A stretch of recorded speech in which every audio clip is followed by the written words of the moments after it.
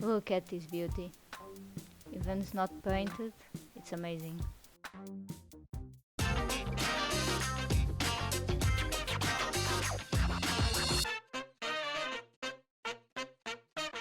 This project was possible with the collaboration of Orly. So I choose the Republic P47D from Tamiya. It suits the project and has amazing details out of the box. I got some extras, masks for the canopy, some metal barrels for the cannons or guns, and Edward photo etch seatbelt.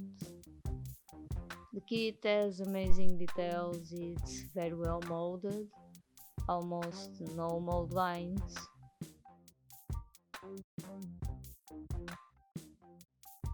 The wings have some rivets, but as you know, it's not enough for me.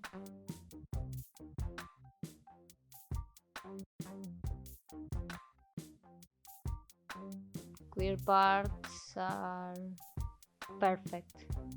And I won't need the decals. Wait.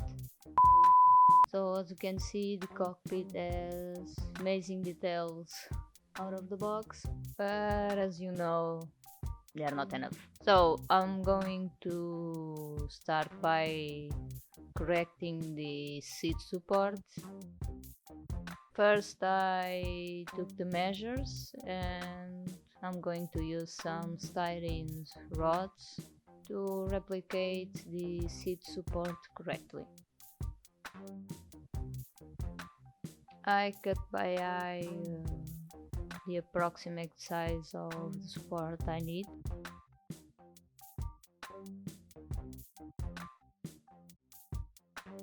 Then I cut another equal part to make the seat as a horizontal bar that connects the two parts I cut before.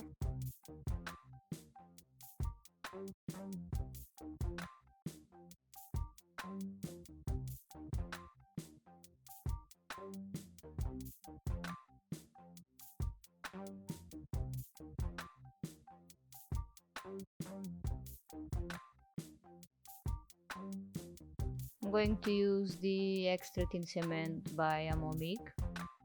As you can see, this part took me a while to do because the tiny pieces of styrene, even with tweezers, it wasn't easy at all, but I managed to do it.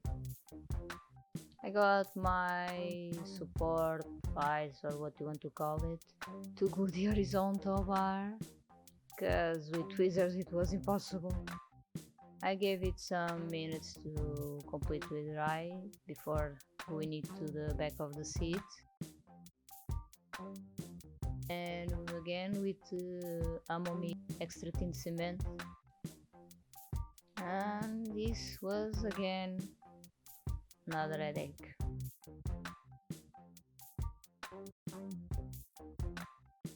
Apparently I didn't hit the record button before removing the support that came on the part, but at least I record while I was gluing.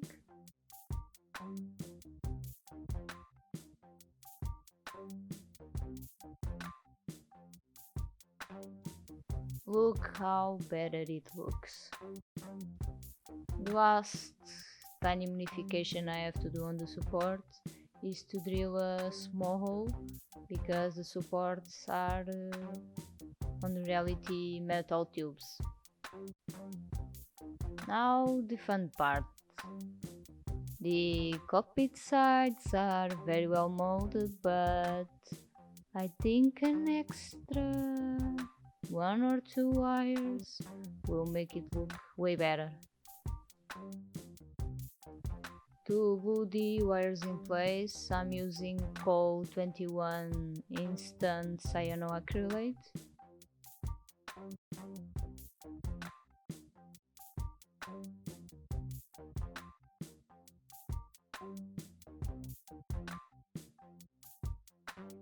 Another modification is to remove the levers that came molded on the part because they are not correct, of course. And I want to give it a try making my own levers.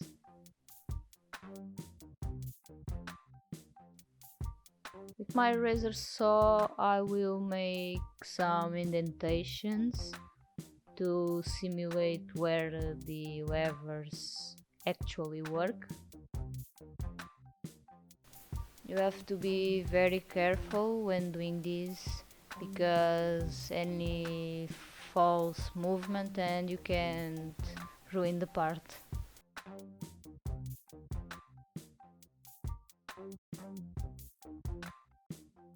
And as you can see, the levers are tiny.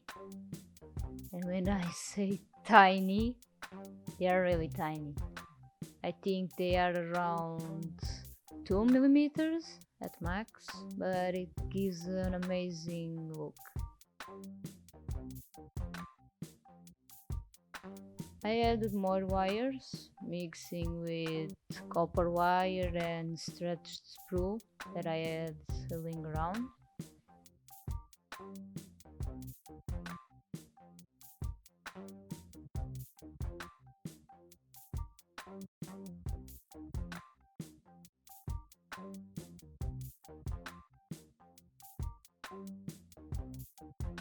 I repeated on the other side with more stretched sprue to simulate cables and wires.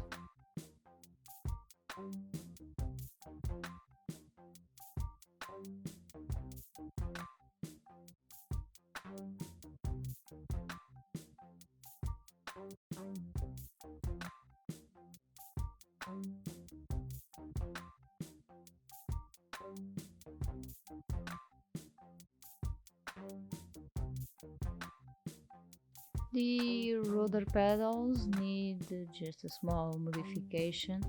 It was needed to drill the small hole.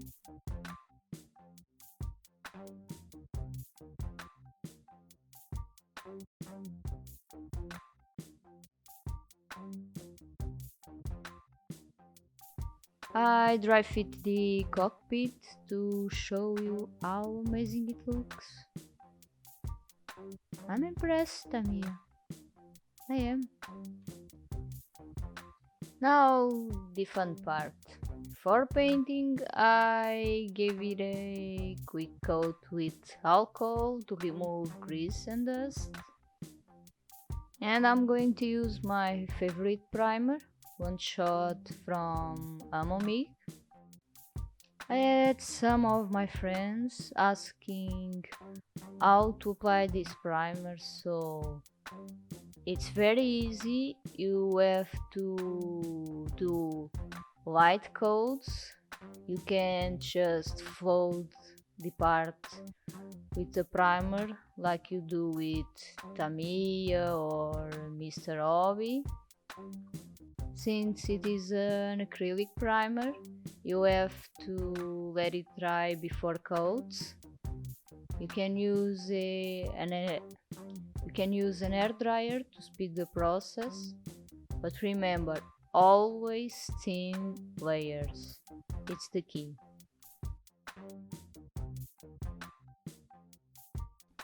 Sorry if the airbrush cup is on the way sometimes.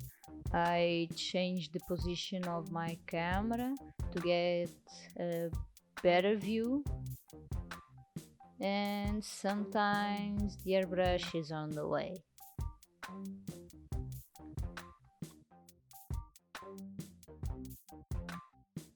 As you saw in the beginning of the video, this project has the collaboration of Orly. They sent me some masking tapes and stencils to test. So the masking tape looks very good. The adhesive is low tack, so I think it won't peel paint as other masking tapes usually do, but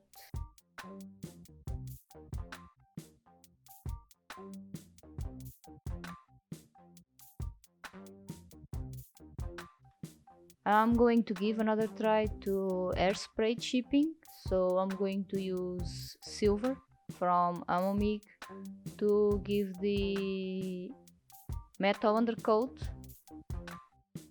Other thing that my friends usually ask is with what to thin these paints. Since they are acrylic, you have to thin them with water or the acrylic thinner that specific brands have for it. Never use alcohol. Alcohol or lacquer thinner will make the paint to react and probably never dry, and you don't want that. Now I'm mixing the lighter shade for the cockpit, since I'm going to do a, let's say, a reverse chipping method. Let's call it that way. With acrylic paint, especially Amomig ones, you want to apply thin coats and let it dry between layers. You can use hair dryer to speed up the process, but you need to avoid to apply too much paint on the surface, or it will start to run and ruin the finish.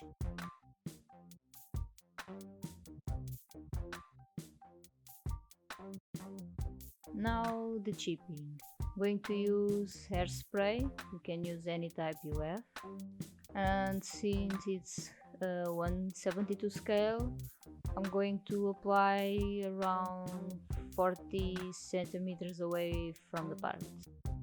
On the silver parts, I'm going to use the same mixture as before, zinc cockpit green and a bit of white, and in very thin layers, because for this effect to work you need very thin layers of paint.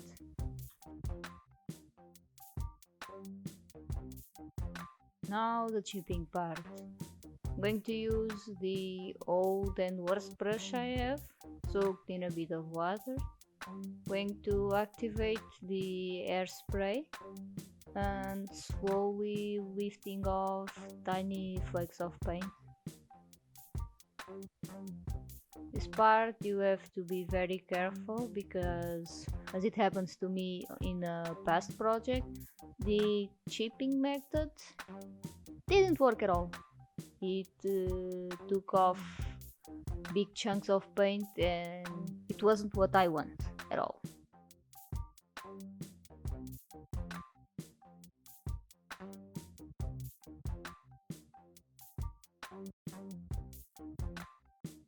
And this is the result of the first layer.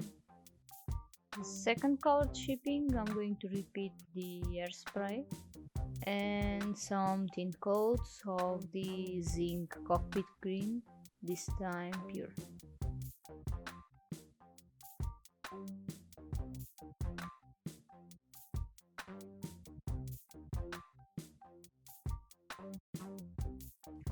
And I'm going to chip the same way as before, but this time being careful not to chip all the way to the primer. Now I want to take a moment to ask you to subscribe to the channel. Just press the red button below this video and ring the bell to get notified when I post a new video. And because I found out that 70% of my viewers are not subscribed on the channel, and I would love to achieve the 1000 subscribers milestone before the Christmas, so help me get there. And now back to the chipping. With this method you can do as much chipping as you want. You can use chipping fluid in place of the hairspray chipping.